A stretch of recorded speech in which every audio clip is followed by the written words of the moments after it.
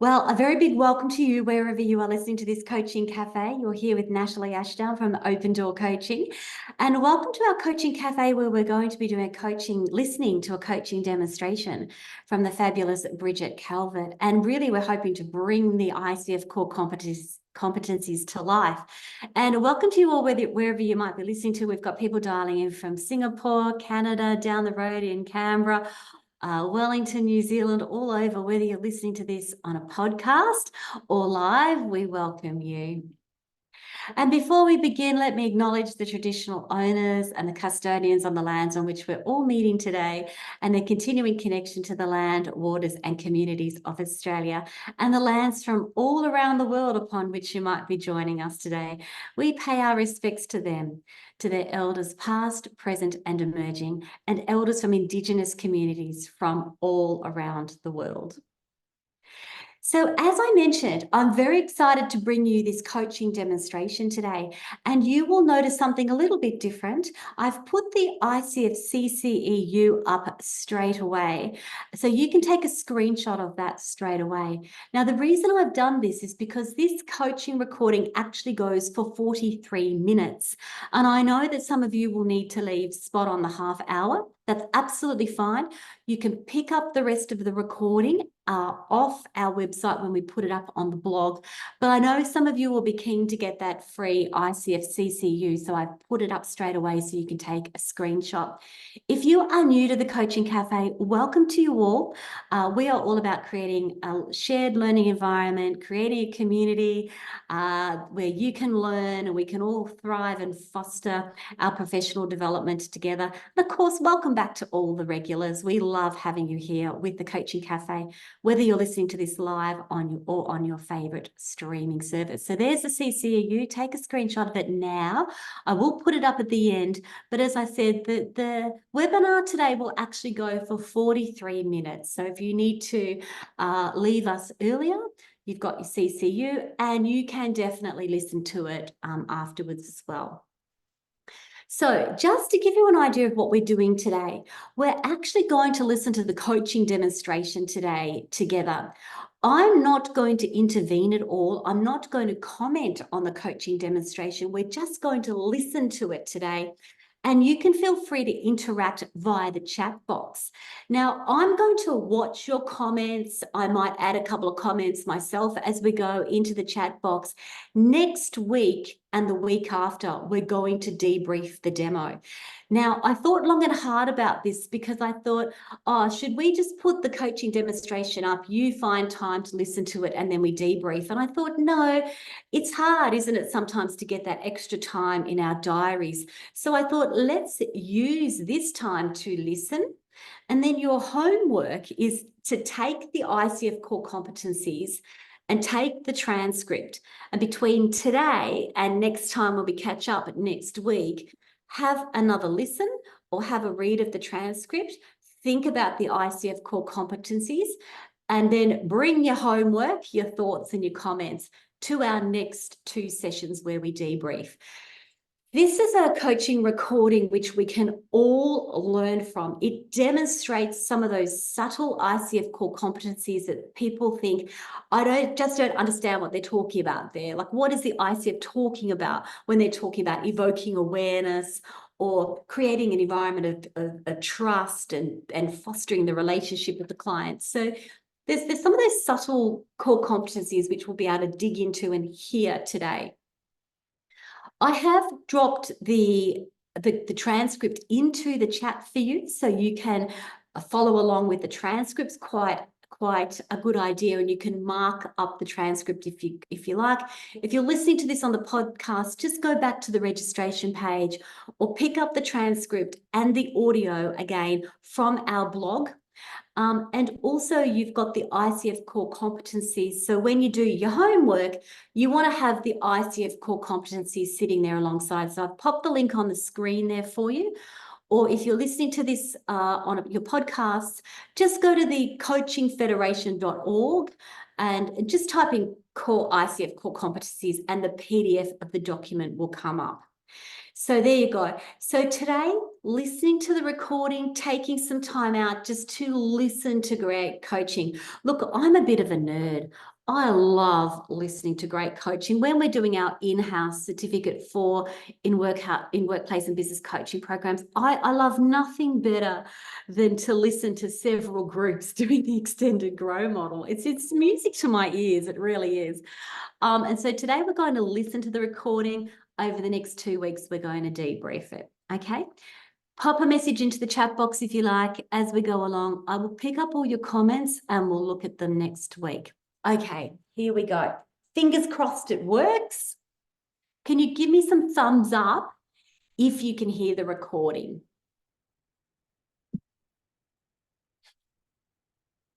Oh, hello, Josh.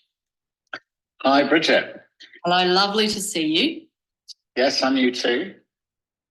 Looking forward to having our conversation this afternoon, and curious to know what you would like to spend our time together talking about. Yeah, there's something I'd really love your help with. Sure. Which I've been trying to get started on for a while, and if I'm honest, been procrastinating. And I need to start fitting into my daily schedule some exercise. Because I've fallen into some bad habits with spending a lot of time at the desk and prioritizing work over other activities. And I really want to get started on, not necessarily to become super fit, but just to get a bit more activity back into my lifestyle. Sure. And I'm struggling to make that first step. Okay. All right. So some exercise currently, as you know, understanding that you have some bad habits, as you call them, sitting at the desk and prioritizing work over your exercise. Is that what I'm hearing? Yeah. Exactly. Yes. Okay. What makes this an important topic for you to bring today? Partly, well, mainly, I suppose, well-being and a growing awareness that, particularly at my age, you have to put some effort into staying in shape. And I really feel it would benefit me in all ways to be fitter. But there's also that question of balancing work with other activities and moving on from that mindset of feeling that I should be working all the time. So it's partly fitness, but it's also perhaps about rebalancing what I do with my life, what I do with my time. Yeah, so I just want to catch what you've said there around should be working all the time. And I'm wondering, what makes you think you should be working all the time? I have thought about this because that was a revelation I had a couple of weeks ago, and I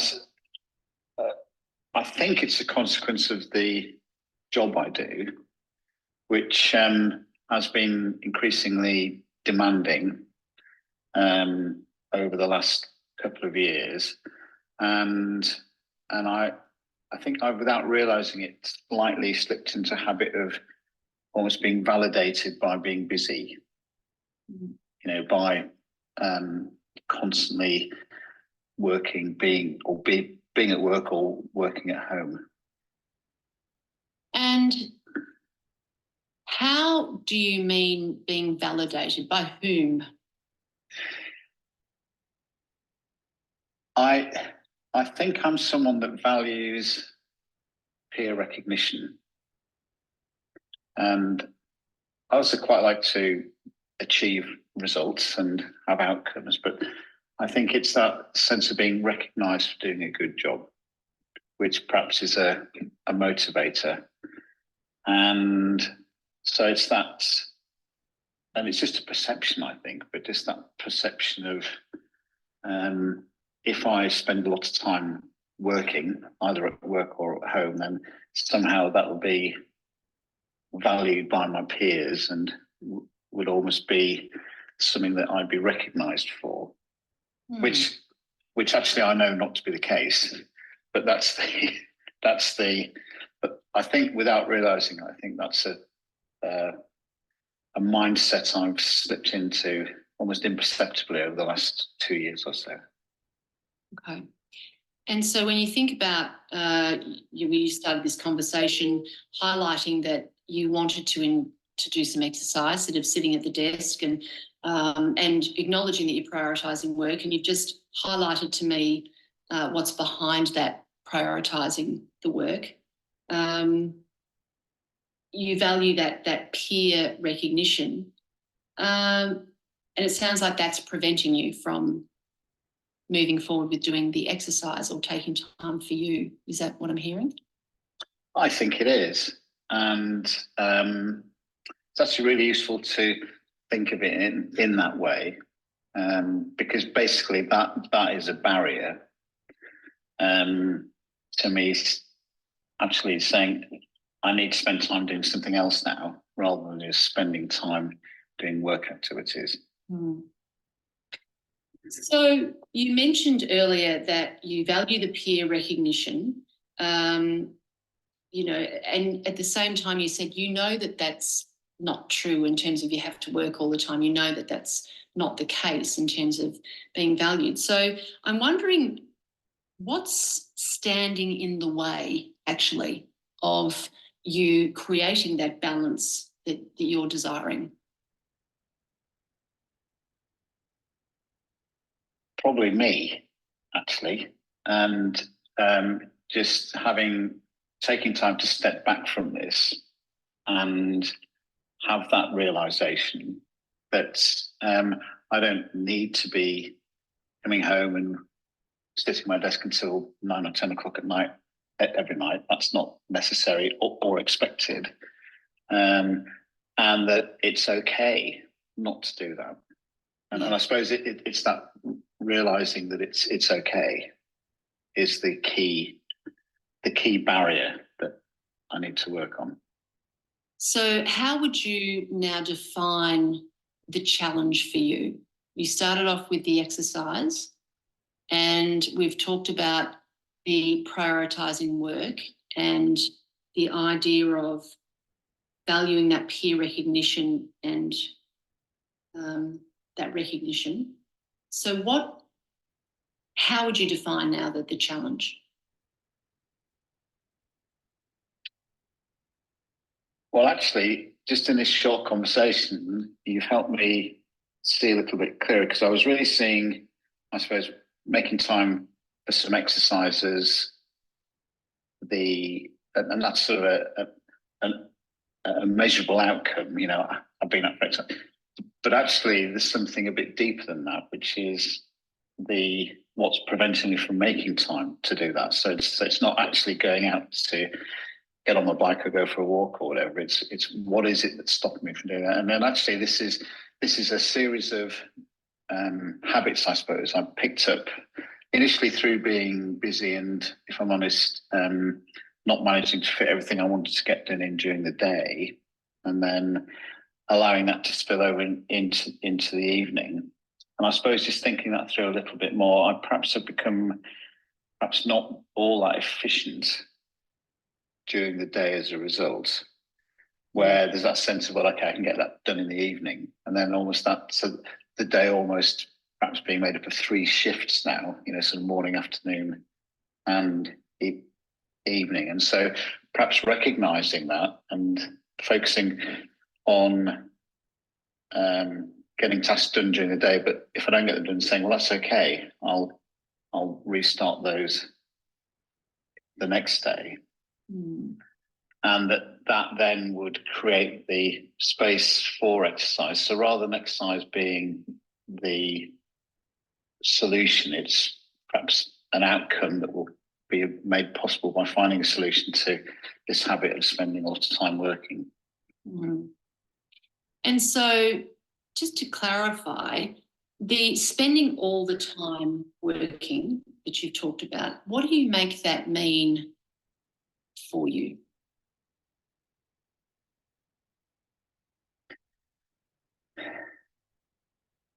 I suppose there's almost a sense of worth, a sense of value in that.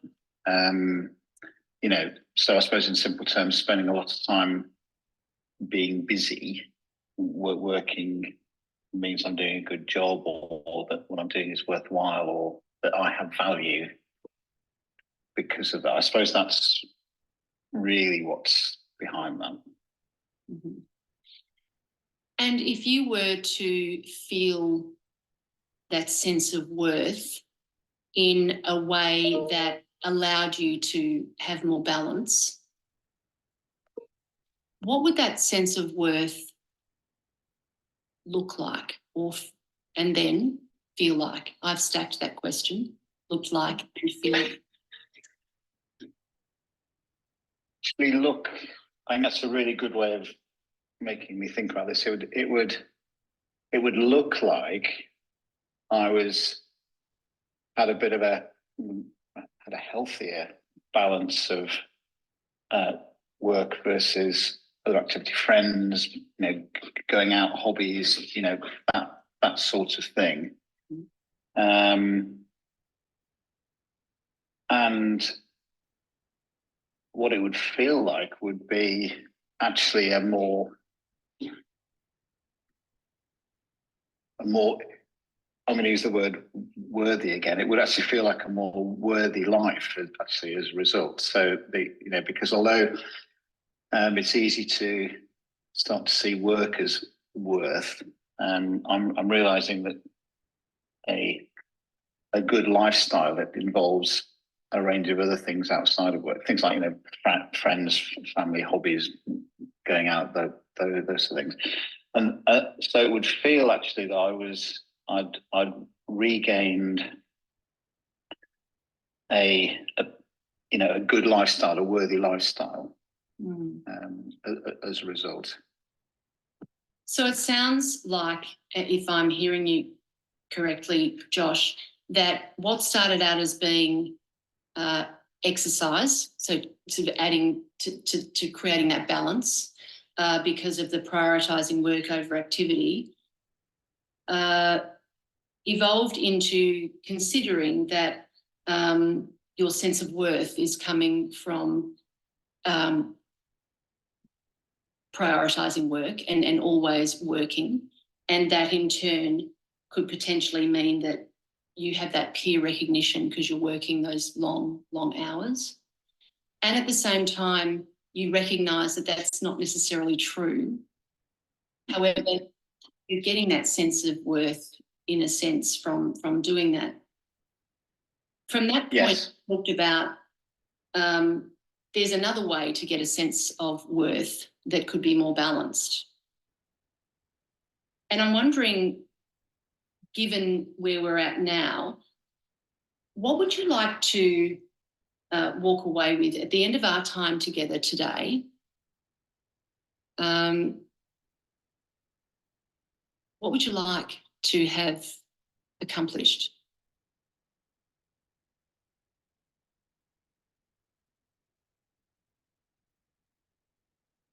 I'd like to have set myself some clear goals and I'm seeing now that probably there'd be a series of goals. The final one of those would be that I actually get out there each evening or morning and probably in the evening, make some time for exercise. But I think there's some goals I'd need to achieve ahead of that in terms of thinking through the questions you've just asked me, and which may well involve perhaps talking to friends, family about those sort of aspects about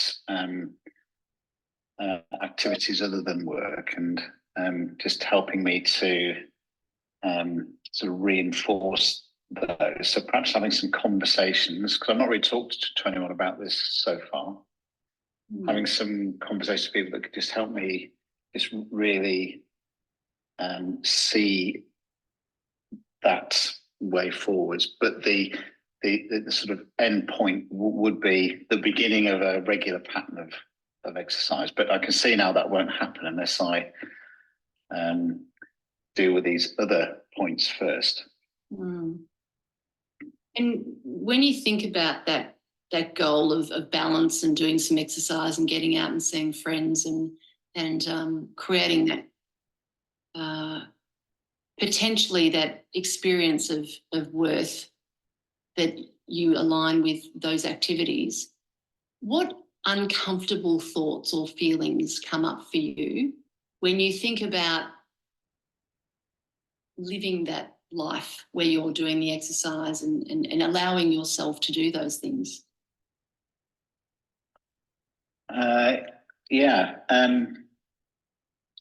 Well, I suppose the obvious one, which I know is actually not a reality, is just that potential uncomfortable thought about, well, I'm not working this evening, so I'm not I'm not doing what I should be doing, and I know that's not real, but it's a perception I've developed. So that's one thing.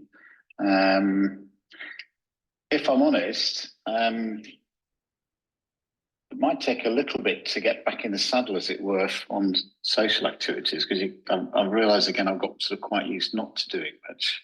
I used to be very sociable and be out a lot, and I think there's a certain confidence that goes with that, and I think a potential discomfort might be regaining that sort of social confidence, and I suppose relates to that, just making the effort, because it's quite easy not to.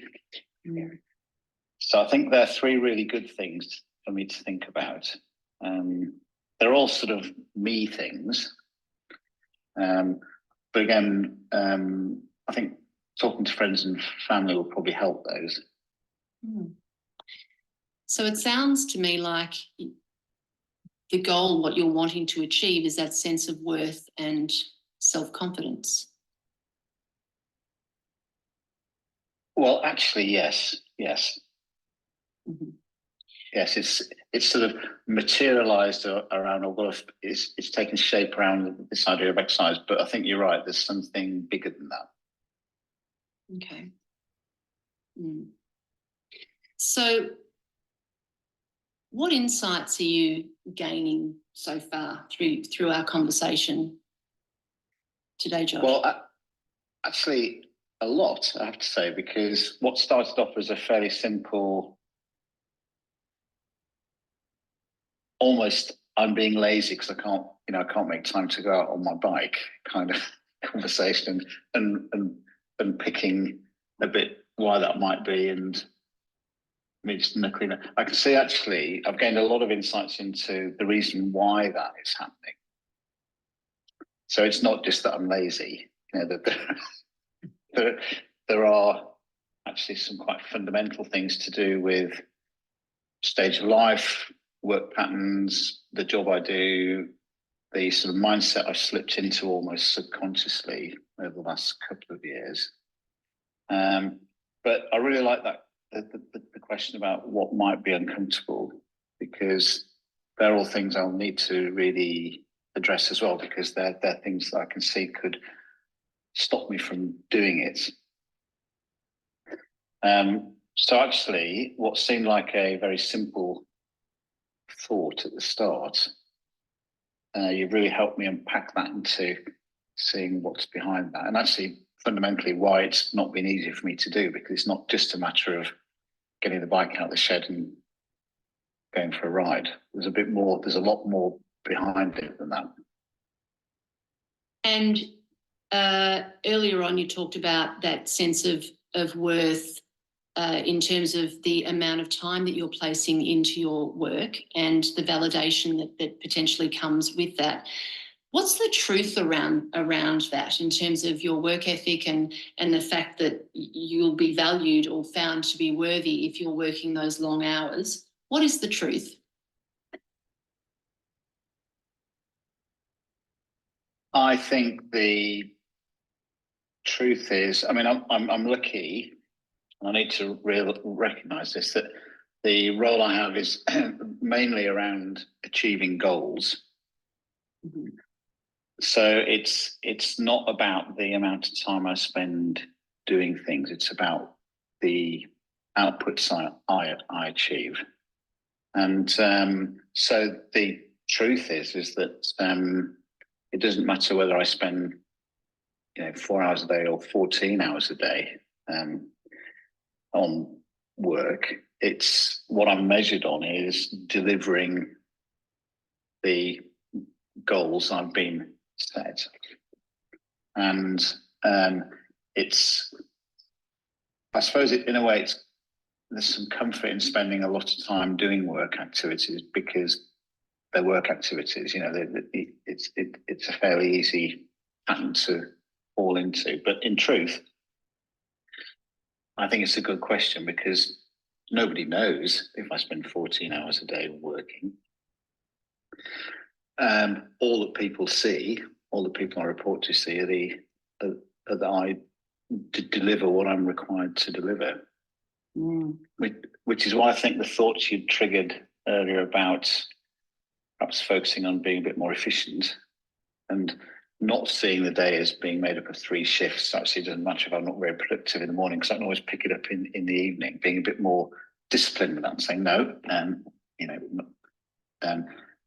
not going to work in the evening, so we need to get it done during the day. So I think, there's some interesting sort of things I've slipped into subconsciously, I think, behind all of this.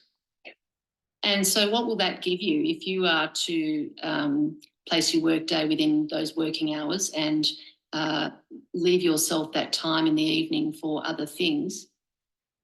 What will that give you in terms of your sense of worth? It would. I think actually I'd feel a lot better because there'd be probably more sense of accomplishment, I suspect. And perhaps a sense of satisfaction in containing the effort, but getting the same outputs from that. And I think there'd be a sense of lightness that would come from this. Because, that sense of feeling should always be working is it's a bit of a burden. So, I think actually perhaps paradoxically, given the way I was thinking at the start of the session, my sense of worth would probably increase and I'd feel lighter and probably better generally, I suspect. Lovely. And how would you know that you were feeling lighter and not burdened? I can hear the difference in the sound of your voice too. How would you know that you were feeling lighter? Well, I think there'd be a general sense of happiness, and one thing I'd love to think, except I know that in reality we all think about work a lot, and it has a habit of creeping into your thoughts when you're not at work. But that would happen less often, or would that not then take over? So that yes, I might have a think about something other, but it wouldn't then feel like this sort of this cloud or this weight that was on my shoulders as I was going about doing other things. So perhaps a sort of background chatter that many of us have would become less noisy, and just a sense of I think fundamentally it's okay to do something else and enjoy doing something else rather than feeling guilty about it.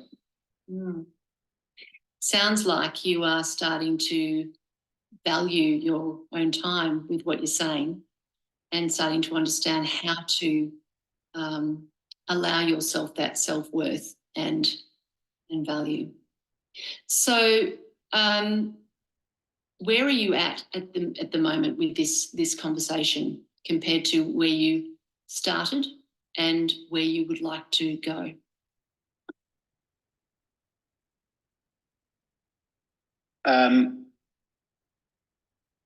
At the start, I was actually, for something that seemed like quite a simple thing to talk about, I was actually struggling to understand why I was finding it difficult to do. And also, if I'm honest, was not very clear about what I'd do about it, because it seemed like quite a simple goal. So compared with that now, I feel very reassured and settled, having talked through about why I'm finding it difficult. And I've got some real understanding now about what's behind all of this.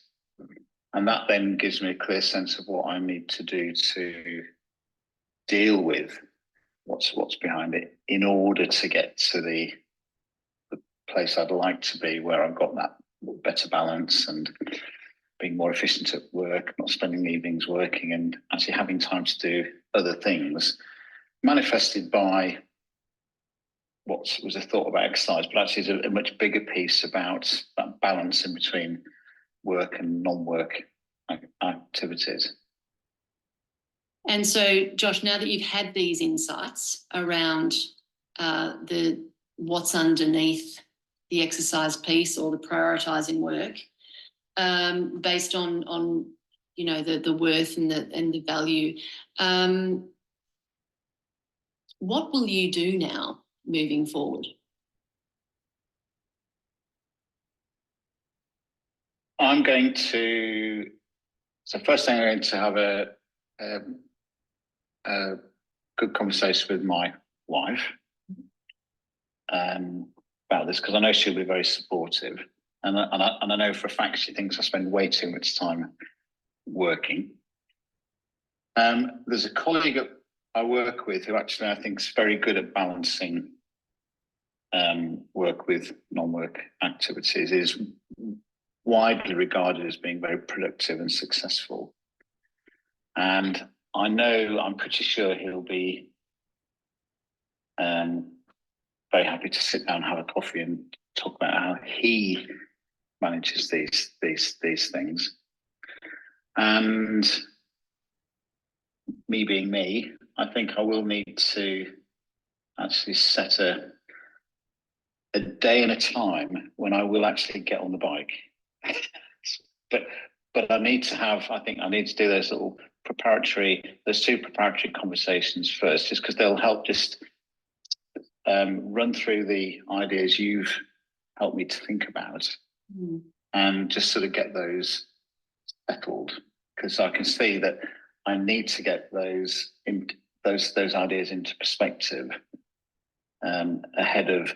So in other words, just hopping on the bike when I can force myself to do it isn't going to really achieve the outcome I'm looking for, which is something bigger than that. It's about that sense of work-life balance, worth, happiness, I suppose. It's all those sorts of things.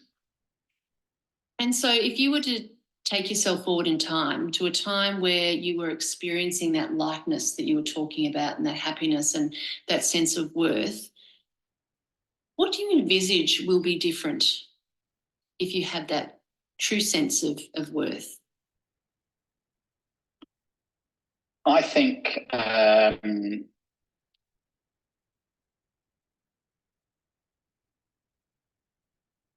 it's a good question. I think actually probably more self-confidence.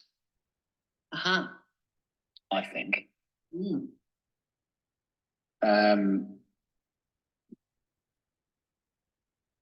Yes, I'd feel lighter, I'd feel better balanced, happier. But I think probably the really great thing would be a return of self-confidence, because again, I hadn't really thought about this until I asked these questions, but that's something I've gradually lost a little bit of with this immersion in work and that sort of sense of whatever you do, it's never enough kind of thing, which is I realise is the consequence of spending all your time doing one thing. So yeah, I think in addition to the lightness, happiness, probably self-confidence. That's lovely. I just want to catch something that you said there, just in terms of whatever you do, it's not ever enough. Where does that belief come from? It's mainly me. I'm a bit of I'm a lot of a perfectionist, which I recognise, but I've never managed to really lose that trait. There's a little bit of a workplace culture like that sort of fuels that a bit in the background, but it is largely self-created. Okay. So whatever you do is not ever enough. I'm wondering, moving forward then, how will you know when what you do is enough?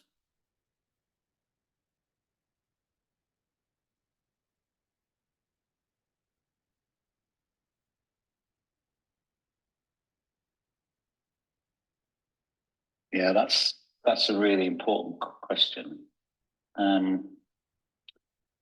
I suppose actually it's moving away from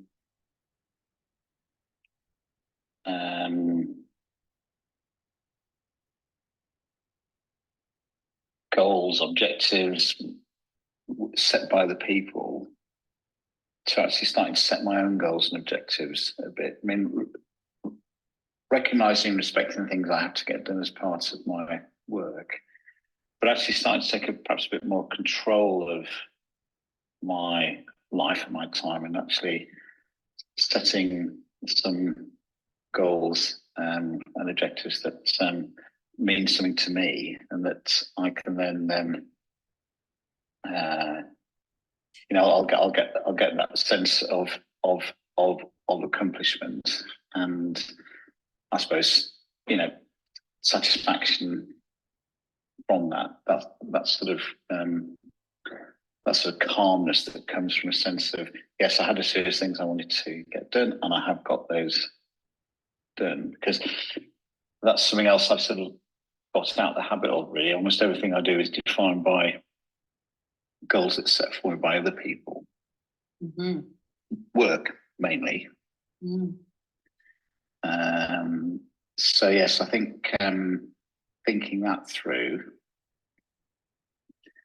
and I guess it's part of that theme about taking a bit of charge back. Having the confidence to do that. Yes, actually. So thinking about confidence, how do you know confidence for yourself? How do you know that feeling?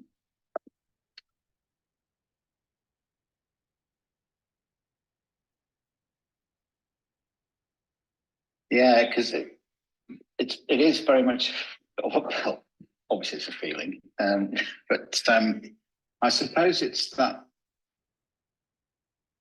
sense of going out feeling strong into the world, if you know what I mean. And it's the everyday things, whether it's how you feel when you're walking down the street, or when you, even small things, when you step into a shop, or just daily interactions, in addition to that sort of self-confidence in a work sense.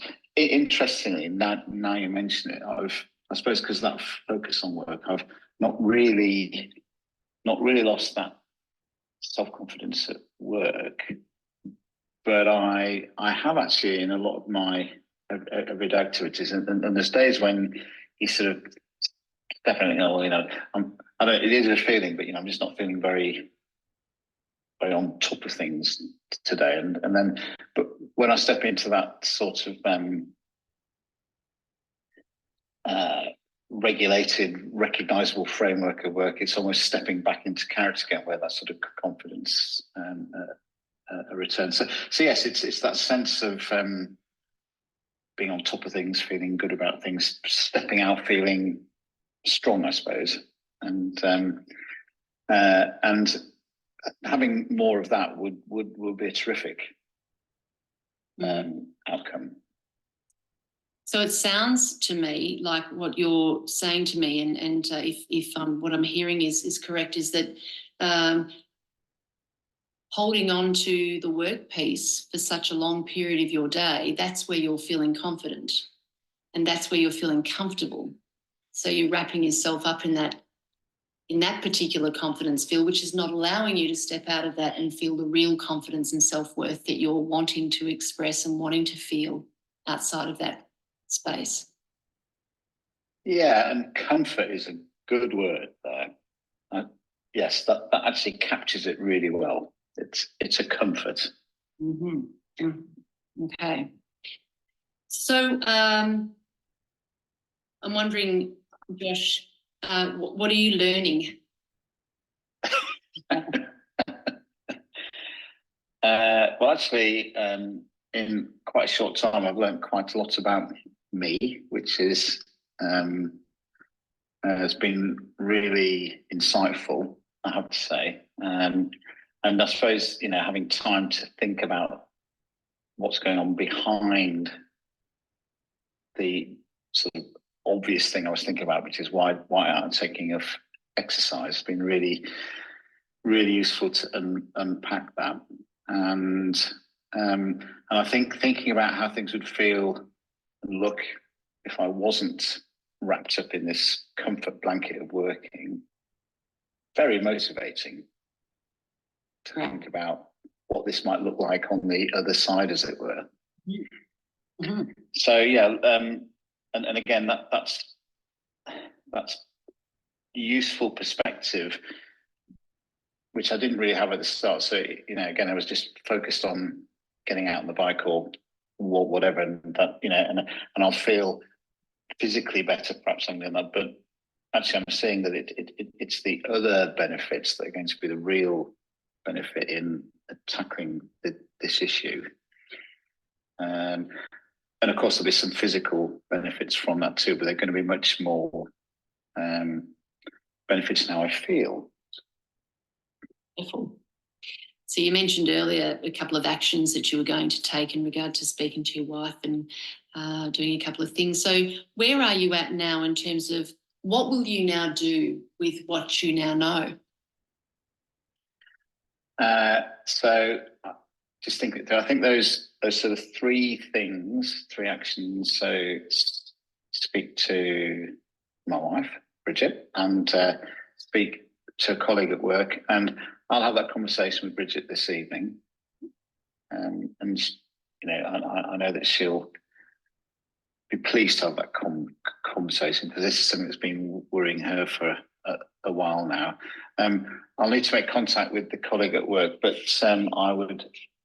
I need to set a short deadline on that. So I will set my deadline of making sure I've had that coffee with that person by Wednesday next week. So say by 11 to 12 o'clock on Wednesday, I'll need to have set that up. And then I think I'll need to make myself commit to taking bike out. That's my I hate running and that sort of thing, but I quite enjoy going for a bike ride. Taking the bike out across the following weekend. Lovely. Sounds great. And so, Josh, thinking about who you want to be, taking into account that sense of worth, that sense of value, that feeling of confidence, taking those things into account, what will it look like moving forward for you if you're able to move forward with the plan that you have and the insights that you have?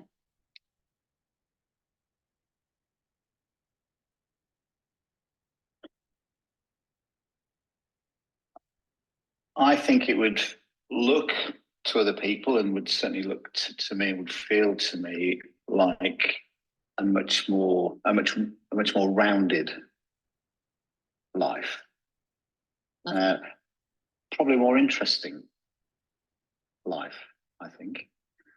Because again, just you sort of help me to think about things. The really successful people I know in my sphere of work aren't actually people that spend all the time working. They are people that, and if I was asked, there's one person I'm thinking of in particular who doesn't work with me now, but I've worked with him in the past. If you were to ask people to describe what he looks like, what his lifestyle looks like, would say, yes, very successful at work, works very hard, gets a lot done. But he does loads of things outside. He's very active. He does a lot of hiking, sails, and all that. And so he's someone who's known for having that. And I think, thinking about it, a lot of the really successful people I know are like that. They don't just do one thing. They have got that balance. And that's what I hope it would look like for me. Lovely. Yeah. And so, Josh, reflecting back on our conversation now, thinking about the insights you've had, what else do you need from this conversation that's going to make it more complete for you?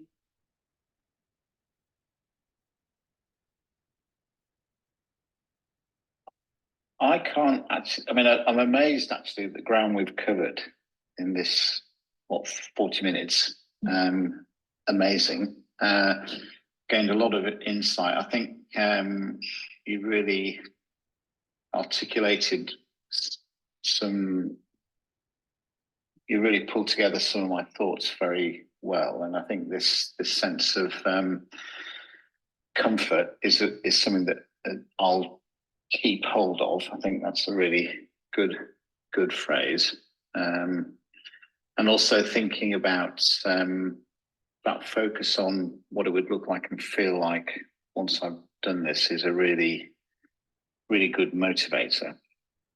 That's going to really help to deal with any potential barriers that I encounter. So actually, Bridget, I can't think of anything else that would be good to cover, but it'd be really good to check in about this again in the future, though. Absolutely. Very happy to do that. So how are you feeling about wrapping up our conversation today, Josh? Actually, I feel really good because I've been wrestling with this myself for months, if I'm honest, and just keep putting it off and couldn't really understand why. And that was frustrating me because, like I said, it seems like such a simple thing, just get on the bike. But actually, I feel really good about this now because I can understand why that's not been happening. And I can see this is a tip of quite a big iceberg, and you've really helped me see what the iceberg I've seen under the water. I can see what's in, and I've got actually, I think for the first time ever, really, since I started thinking about this, I can see a way to start to deal with these issues. And like I say, that focus on how good will this look and feel when I've done that will be the sort of my beacon that will keep me on track. Well done. Well done. Josh, congratulations for the insights that you have discovered for yourself today. I've really enjoyed our conversation, and I certainly look forward to checking in and catching up with you again, and we can organise that to do. Is there anything else you'd like to talk about now that's going to complete our conversation? No, that's absolutely terrific, Bridget. Thank you. Really, thank you very much. Pleasure. Thank you.